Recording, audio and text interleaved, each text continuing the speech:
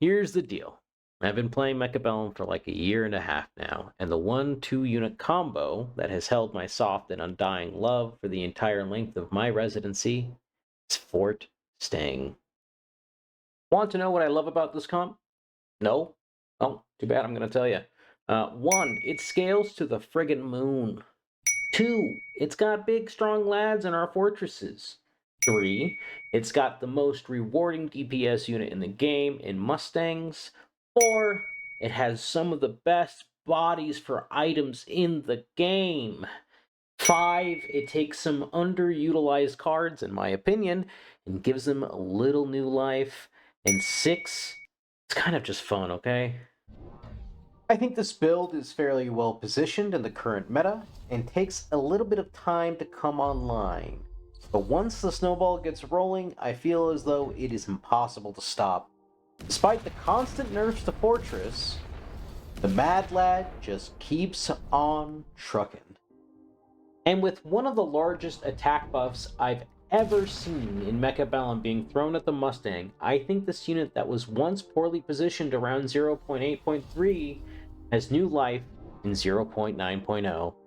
So you might ask yourself, what are the things that we really want?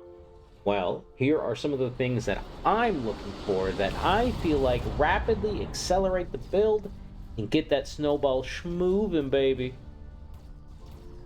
Asfort is perhaps the single best card for this build. It makes our fort stronger and gives us one of the most desperately needed buffs for our fortress, move speed.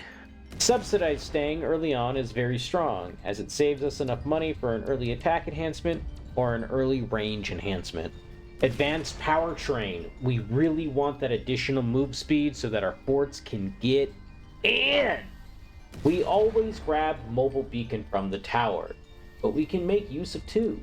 If we see one early enough or in a round that we can comfortably take it, we always do. Redeploy is one of those cards that is an aggro staple. It lets you bait out flank responses and double down on pressure on the line.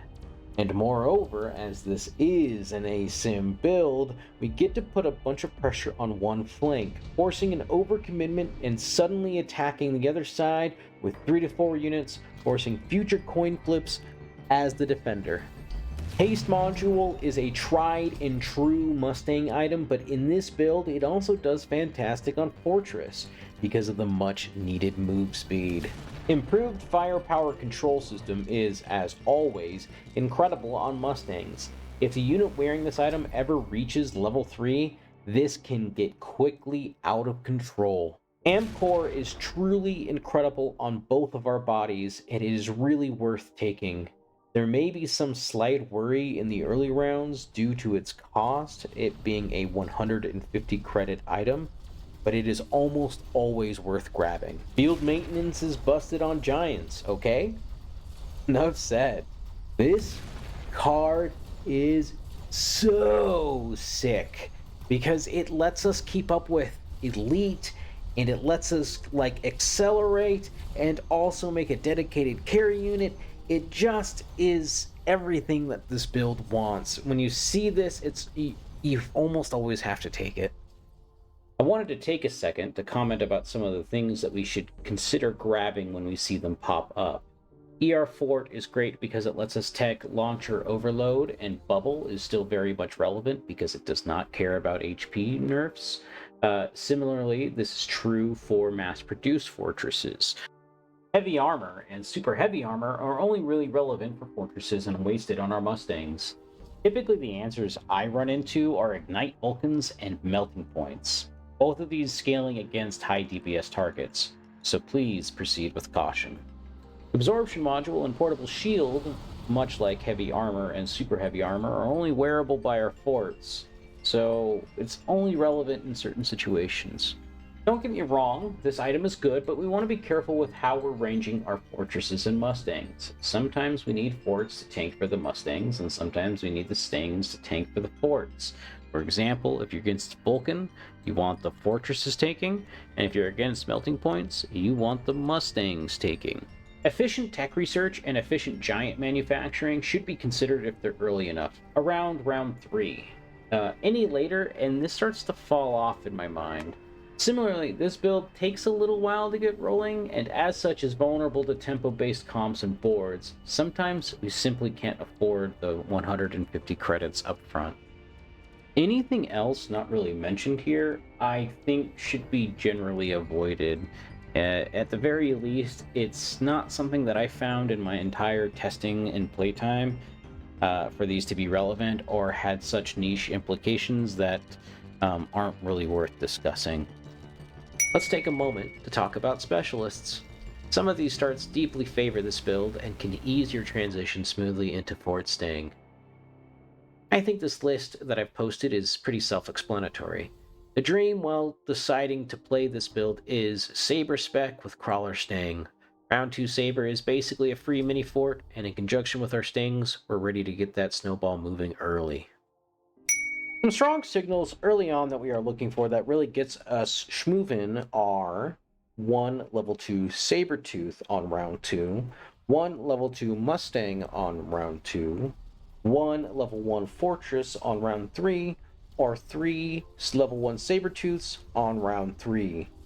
These drops not only accelerate our build, but usually afford us quite a bit of tempo back and stabilize some of the early game. 3 Sabers also let us make an easy pivot into Saber Stang, which comes online much faster than Fort Stang and is still a solidly scaling comp. I have at least 2 replays to present that I think go over the base gameplay loop well enough. One versus a player by the name of Runner's High, and the other versus a player by the name of KSIL. I believe both of these players at the time of the recording were in the 1800-ish range, showing that this build truly has legs in the upper and higher MMR brackets. Let's crack into the first one where I'm against Runner's High. Okay, so we're going to take a look at this replay here. This is the replay I was talking about earlier with me versus Runner's High. I'm going to start it at 1.5 speed, but this is me very easily setting up in what I normally do when I'm playing this sort of Fort Stang or playing to the Fort Stang build. Early on, right, I take supply spec with Mustang Crawler, and you might look at this board, right, that Runner's High has presented my opponent here, and see all this chaff, all these crawlers, more importantly, right, and storm callers being present too. I actually think that this does pretty okay into these opening board scenarios, right? You can see that I've easily taken the tower. I'm funneling a large chunk of experience on my Mustang, some of them almost becoming at least halfway there, right? Taking the tower too, getting that extra tower XP.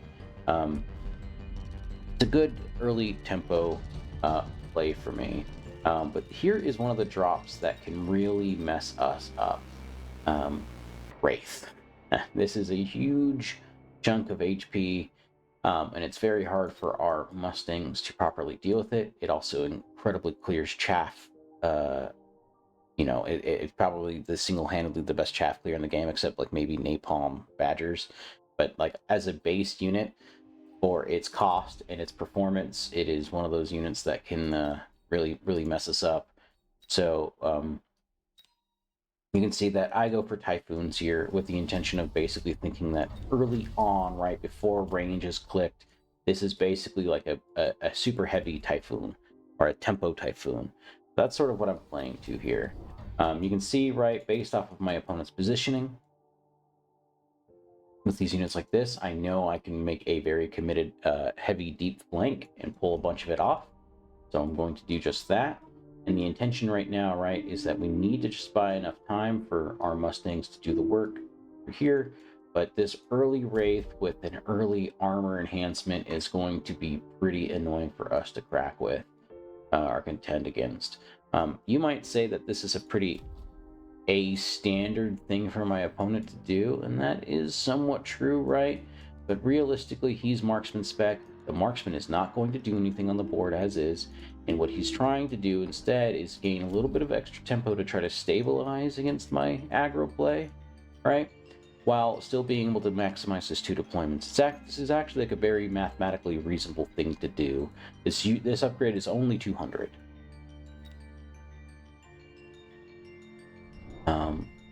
But yeah, you're gonna see me get absolutely trounced here. The only thing that does seem to be a little bit of a mistake here from my opponent, right, is going for an additional pair of Stormcallers. I think all that's really needed in the defense here, if you are using Stormcallers for defense, is realistically 1 or 2 or so, maybe 1 on the side being pushed. I think once you get into the realm of like 2 or 3 on the board, you're kind of putting yourself up for a liability. And you're going to see my Typhoons desperately try to work through this Wraith, but currently that Wraith is taking only 28 damage a shot, and you're going to see my poor Typhoon not be able to get the job done.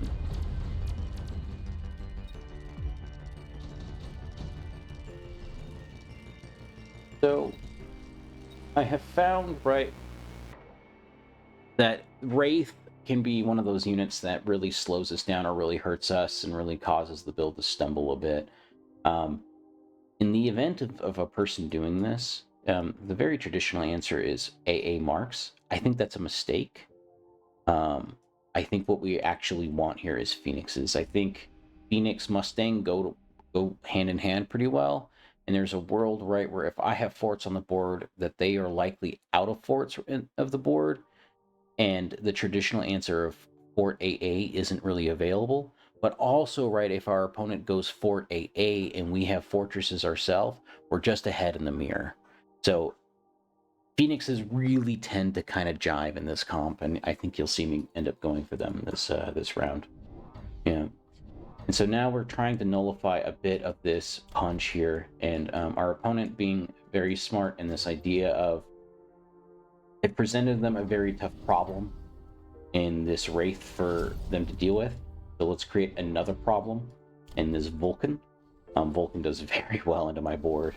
Realistically, it actually does pretty okay into the Typhoon as well once Scorch is clicked, if Scorch is ever clicked. I try to go for a bit of a cheese play here with Underground Threat. The intention here to hopefully mitigate at least some of this damage on the board, and you can see that I just have enough to crack through, and there is maybe just too many fangs left here, huh? Or so it looks like I robbed this round, which is pretty great. This is one of the beautiful things about it not being a marksman, right? I have evasion. And I believe I've taken a tower fortification here, so if these fangs get stuck, my Phoenix should be able to hopefully clean it up in a reasonable amount of time, but not before we're going to hit the time limit for the round, it seems. Yeah. But hey, this is technically a win for me. We've regained some tempo. We're limiting how strong.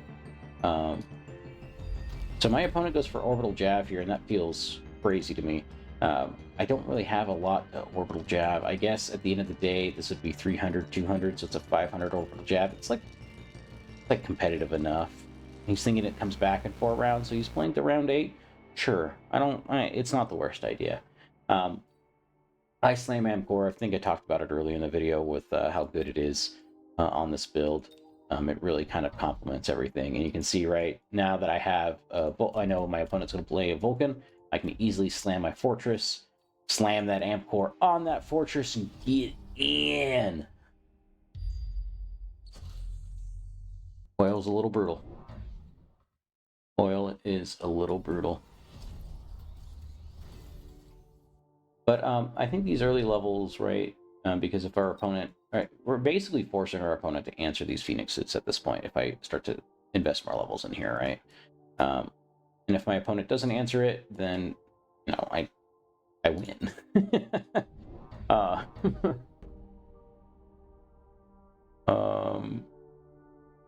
But I mean, a Vulcan Marksman comp is like a pretty, I think a pretty reasonable answer to what I'm doing. I think these Stormcallers have outlived, especially this group. I don't think this group is really doing a whole lot. You see my 4 Phoenixes get caught up in the Orbital Jav. That's how it goes sometimes. But fire is going to be a real problem for us here.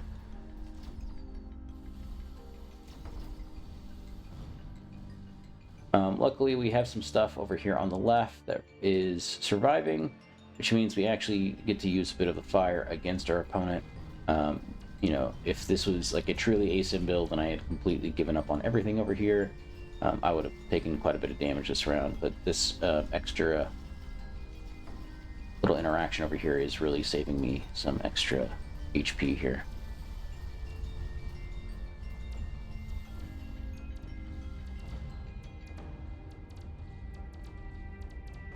You can see another weird ending to a round, but the Stormcaller should eventually clear up this arc light, and I only take about 450 there, which is pretty reasonable. You see me go immediately for the level 5 Sabertooth. I've talked about it a bit on my stream, but I really do view this unit, this Sabertooth unit, as a mini fortress, and basically what I got right there, in some capacity, right, is a like level 2, level 3 fort.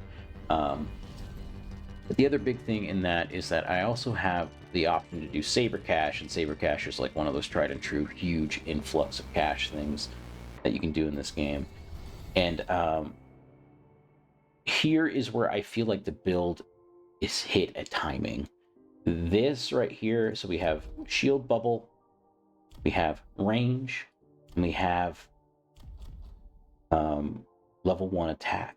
I think this is a very strong timing, and this is when the build I feel like has the parts it needs to really get going. And you can see, right, this is a round 5 part where it comes on. I think that's about right for timing. Round 5, sometimes a little bit after that is where it comes on online. And yeah, we're going to see exactly what this build can do.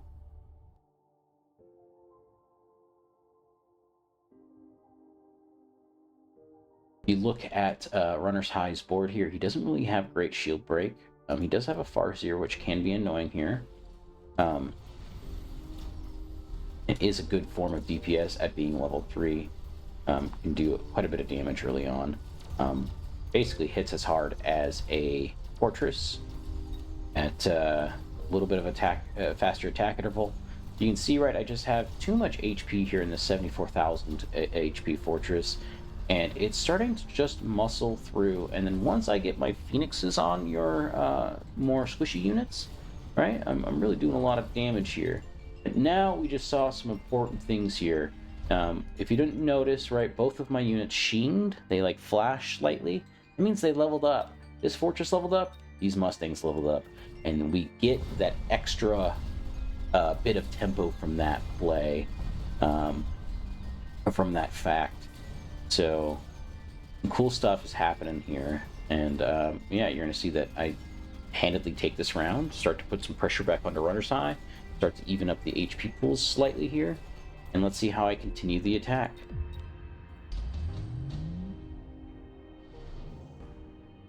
Ooh, redeployment. I've mentioned that this is one of those cards that I love to see when I'm playing this. My opponent goes for intensive training to try and make a wall. And I say, that's nice, honey. I'm just going to hit you from the left side now. So I have a belief when I'm playing this build, right? When someone starts to see this sort of stuff get assembled on the line, their goal, right, is to then start to overload this side and play a little less to this side. Well, I'm making a small read on my opponent that they will continue to play into this side, and instead am overloading the left side. What you're going to see here, right, is that with redeploy, normally I could, there's only a few scenarios, right, where I could basically hit this side with 4 units. Well, with redeploy, that is one of those scenarios, right? I redeploy, I drop 2 units, and then I click mass recruit, and now I have a 4th unit, and which means I get to take things like mobile beacon and temp speed and really start to pressure this very vulnerable tower, right? All of this is being pulled to the back corner over here. So we're going to see how I add that in. And then later on, right, with these levels being present, I have the option to kind of recommit to the right side whenever I want. And this is something that I've been seeing a lot of like Corner War Factory and 301 players doing with their boat aggro and boat cheese. Is this sort of like shallow flank. We want to just sort of drive by the tower. We want to drive by the tower and make sure our armies are colliding and meeting up as quickly as possible. This is one of those builds that once it's online, the damage that you can hit people with just randomly in one good round is absurd. It's so much damage. And it's mainly on the backbone of how strong forts are and how strong Mustangs are with levels. So yeah, you see I take temp speed, you see I take mobile beacon, you see I take redeploy, and boom, I now have 4 units on your open tower, and this is about to get juicy. Boom, immediately pop the tower. You can just see over on the right side that the Vulcan immediately falls over. The only thing that can really punch down one of my forts at the moment was just killed in that melting point. And then I get another sick tower timing, meaning that almost my whole army is alive at this point. Look, I didn't even have shields get cracked on the left side. And now, when my opponent is desperately thinking that I need to defend my left now, right?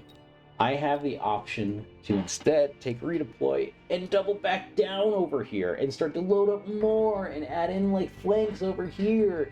It gets very hard to be in this like one position, these one round turns and these huge turn swings to kind of try to read what your opponent's going to do. It's like a fighting game where you're put in the corner and your only option is to just guess. You have to take a 50-50.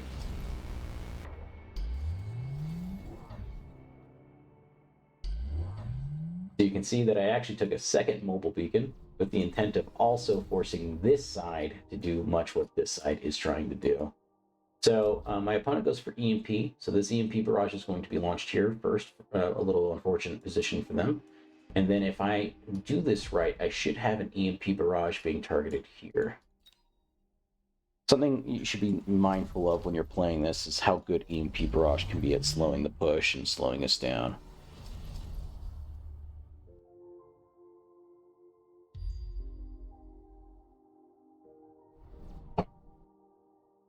Oh yeah, I should really talk about these missiles. These missiles are perfect for clearing out any amount of chaff that might be present in front of the units like Vulcans or Melters. It forces an opponent to go and do a shield, and with these two units, there is insane shield break, especially if we take something like Launcher Overload. So it's like we're always trading 50 for 100 credits, or making them respect the 100 credits, and taking away from them. So definitely do this. This is a tempo missile play. This is not one of those minus 50 plays. It's very good.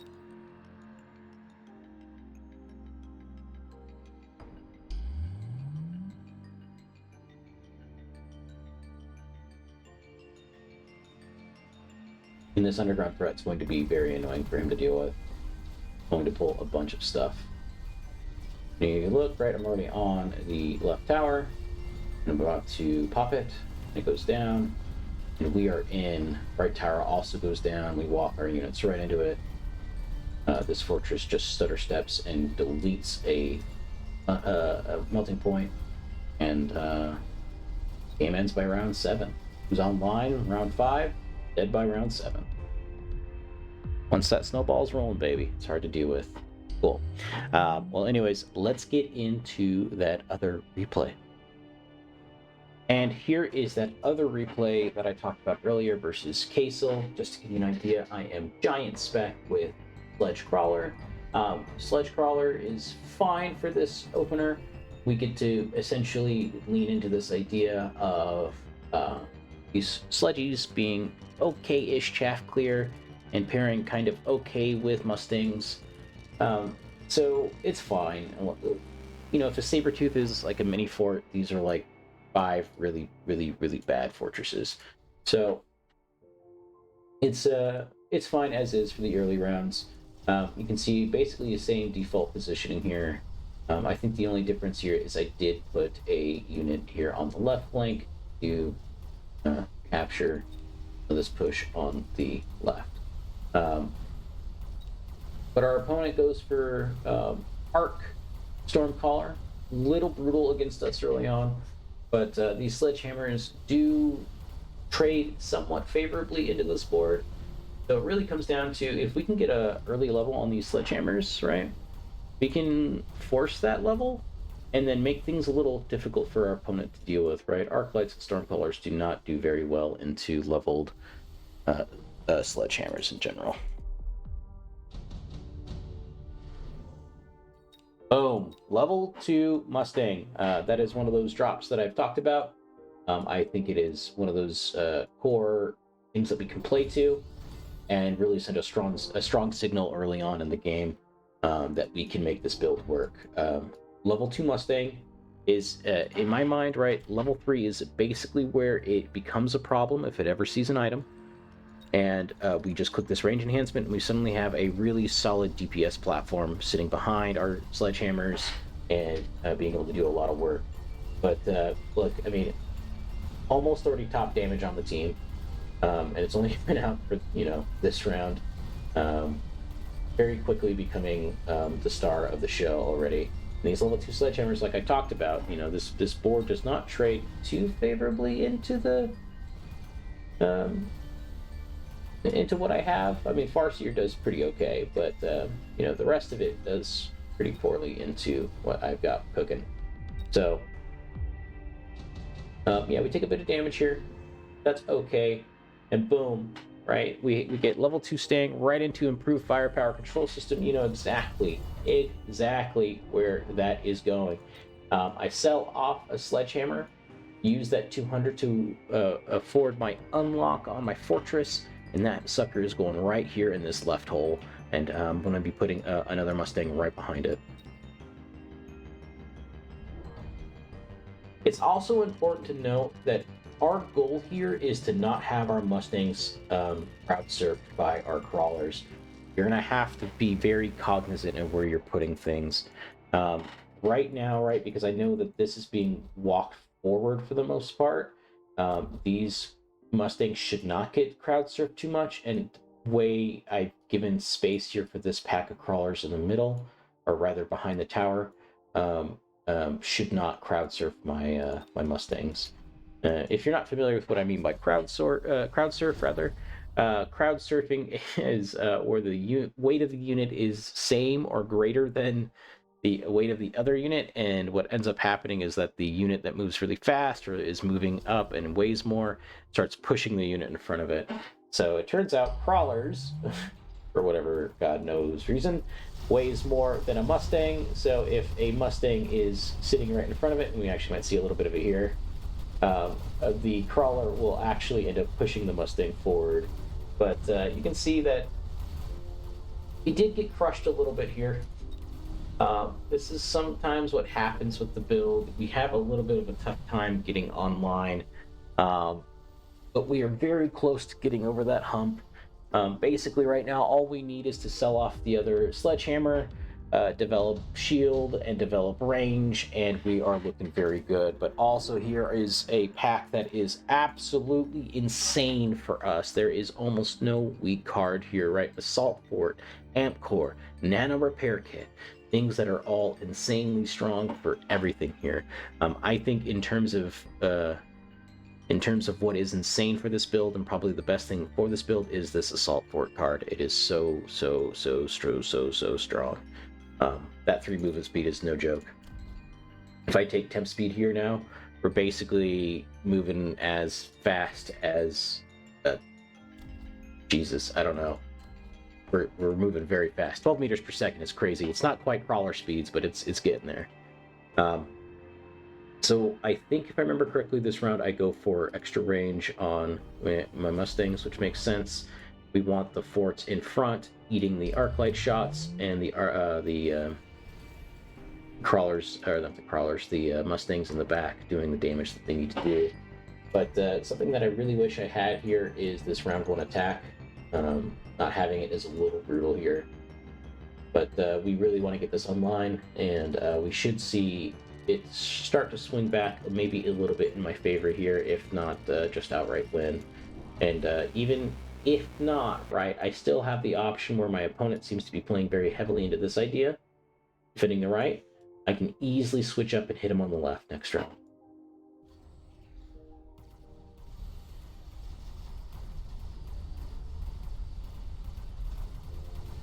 You can see those fangs instantly are deleted. Dark Light is instantly deleted. Now we are just trying to muscle in and take down that shield. That 100 cost shield is a big deal. You see a sheen from those Mustangs there, and they level up, which means we might just be a little too strong here. Do we get this other Farseer? And look, man, this assault fort has business to take care of. He's taking out the garbage.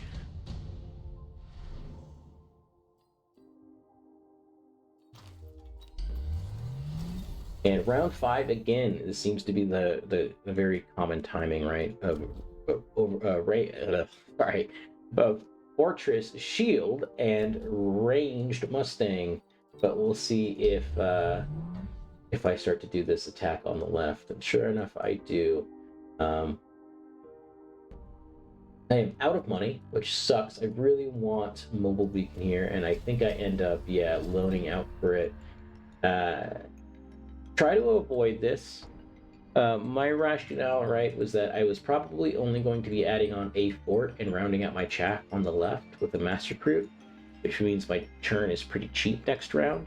I also want this, so I can technically afford that 300 credit hit on round 6. I'd be at 900, a fort would be 400, 500 for a piece of chaff, 550, 650, 750, so it's just a little bit of quick math here to kind of show you what I'm talking about.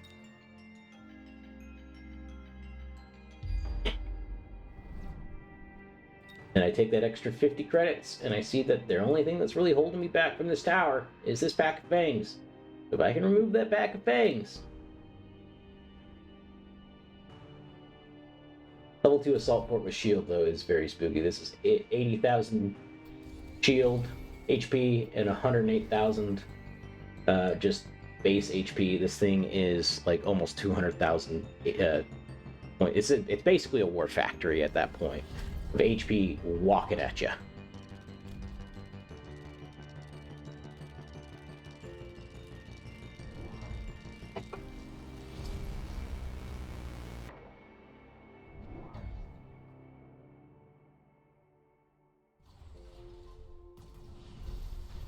This many Stormcars may be a bit of a mistake, but it in a capacity I kind of understand it. Mainly because we don't really have great shield break for our opponent.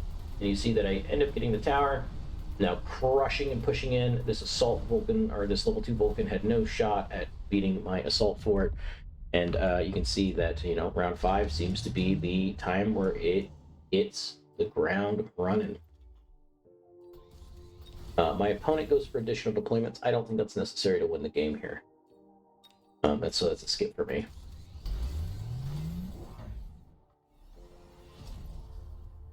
I really want these levels. I think in this scenario, right, tall forts are much better than wide forts. And by that I mean, I think a couple very high level forts is much better than a couple, or like 5 or 6 level forts. For example, right, he can't really level the tower now. Like, a level 2 tower still gets 1 shot here. So you'd have to commit to like a level 3, and even then I would still chew through it pretty quickly. Level 3 Mustangs with range and an item. This is basically fully online, and you can see, right, this is my number 1 damage on the board. And you're going to see basically how fast this build comes at you now. The ball, I think, is fully rolling. This ore melter is forever targeting other stuff. Does end up getting my fortress, but the right side has nothing left to defend against what I'm doing. The tower is melted, quite literally. And I have a big dumb group of dudes just running at you.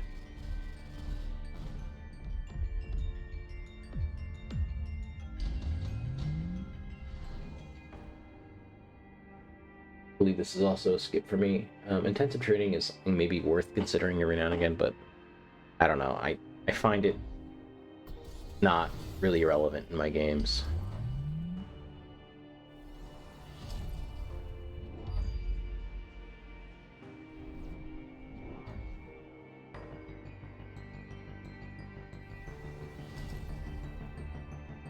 Vulcan Melter is technically an answer to this build. If piloted correctly, I find it is a knife's edge for both players. If my push comes too fast, basically it all comes down to how quickly can you, or how efficiently can you slow my push. In my experience, the push comes way too fast, and can sometimes shut this down, and other times, right, it can be stuffed, and the melters with the EMP get a good barrage in, and latch, and that's all she wrote. But again, another tempo missile coming in. Arc light comes down. Left side is actually going to be the one that wins the field. Power immediately cracked. That means these melters get popped instantly by this level 3 assault fort, and we have now cracked him and killed him on round 7. So yeah, I hope that kind of gives you an idea of how this gameplay loop kind of works and how to maybe approach the build.